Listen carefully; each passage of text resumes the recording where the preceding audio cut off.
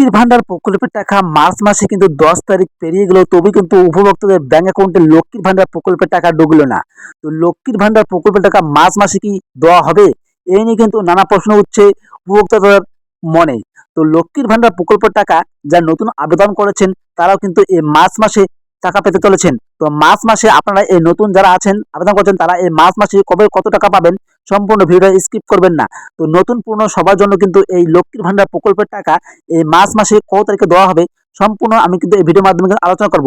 তো ভিডিও শুরু করার আমি ছোট করে বলছি, যারা এখন চ্যানেলটিকে সাবস্ক্রাইব করেন চ্যানেলটিকে অবশ্যই সাবস্ক্রাইব করে পাশে থাকা বেল নোটিফিকেশনটি অবশ্যই অল রাখবেন। আর পারলে বন্ধুদেরকে শেয়ার করে জানিয়ে দেবেন যে লক্ষ্মীর ভান্ডার প্রকল্পের টাকা এই মার্চ মাসে কত টাকা ঢুকতে চলেছে।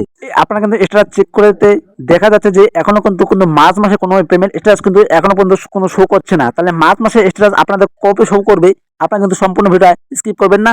দেখুন কি বলা হয়েছে, সম্পূর্ণ ভিডিও দেখার অনুরোধ রইল।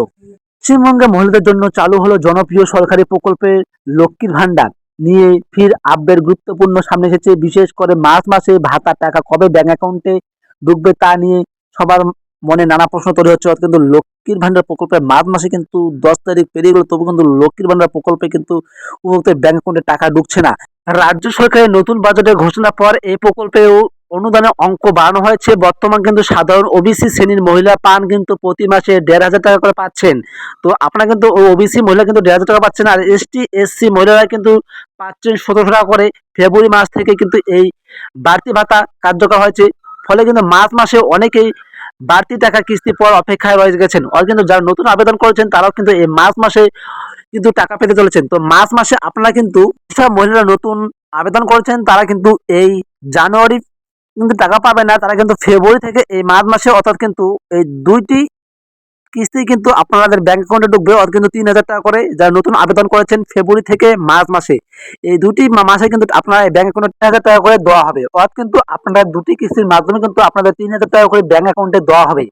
এ তো বিপুল অসংখ্য আবেদনকারী যাচাই করার কারণে প্রশাসনের উপরে কাজের চাপেও বেড়েছে। তাই অনেকেই মনে প্রশ্ন উঠছে যে মার্চ মাসে টাকা পেতে কি দেরি হবে। অর্থাৎ কিন্তু মার্চ মাসে কিন্তু আপনাদের ব্যাংক অ্যাকাউন্টে টাকা কিন্তু দেরিয়ে ঢুকবে, এমনটাই কিন্তু বলানো হচ্ছে।